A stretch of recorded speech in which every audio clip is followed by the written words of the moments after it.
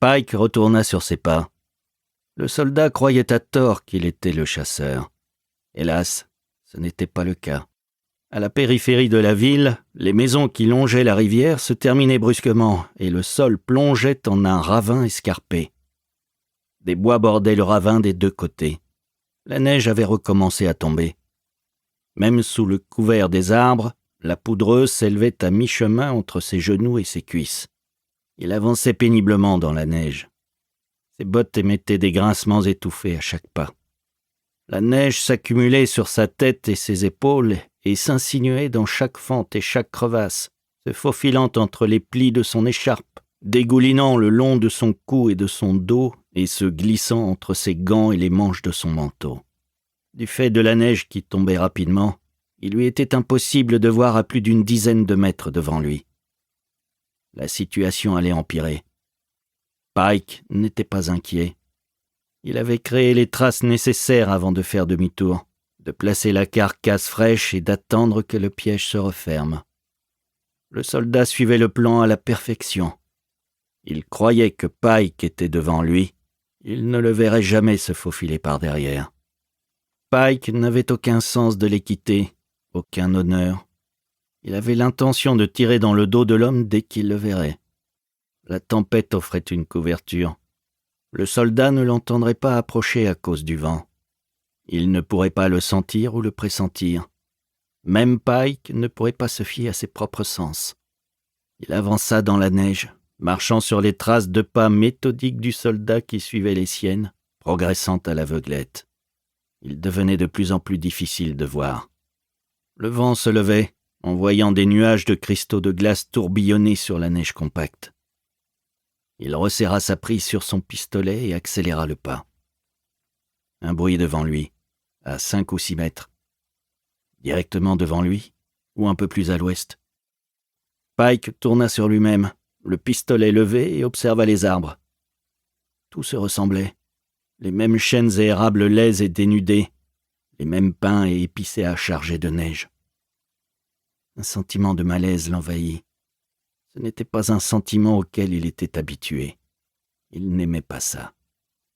Un autre bruit, cette fois derrière lui. Un doux grincement, comme des pas prudents s'enfonçant dans la neige. Il se retourna et tordit son cou sauvagement. Il sentit un mouvement sur sa gauche, puis devant lui.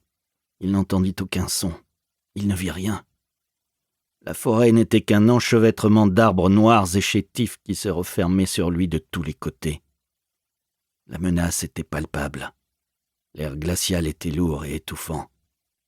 Au sud-ouest, une branche surchargée de neige se brisa sous le poids. Un monticule de poudreuse s'écrasa sur le sol. Il serra les dents d'irritation. C'était juste son esprit hyperactif qui lui jouait des tours. Ce froid brutal lui montait à la tête. Il continua à avancer, forçant à travers des congères plus profondes. Les traces étaient partiellement enterrées et devenaient de plus en plus difficiles à localiser à chaque minute qui passait. Ses jambes étaient lourdes et raides. Il trébucha sur quelque chose d'enfui dans la neige et faillit tomber, mais reprit pied. Il en avait assez de tout cela. La fille l'attendait dans la maison chaude. Il voulait que le soldat meure. Il ne se souciait plus de savoir comment. Il était temps d'en finir. Une branche craqua. De la poudreuse tomba sur le sol. Un écureuil se faufila dans les broussailles. Le son dérivait. Il était impossible de savoir d'où il venait. Derrière lui, devant lui, à gauche ou à droite. Ce sentiment déconcertant lui tenaillait les tripes. Peut-être que le soldat était plus intelligent qu'il ne l'avait cru, plus malin et plus rusé. Peut-être que Pike n'était plus le seul à jouer le jeu. Il sentit le sol s'incliner sous ses pieds et se souvint de l'emplacement du ravin. Il devrait être directement à sa gauche, à 3 mètres, 5. Dans les conditions proches du voile blanc, il ne pouvait pas voir le dénivelé au-delà de la mince ligne d'arbres. Il visualisa la topographie dans son esprit. C'était une pente raide et abrupte.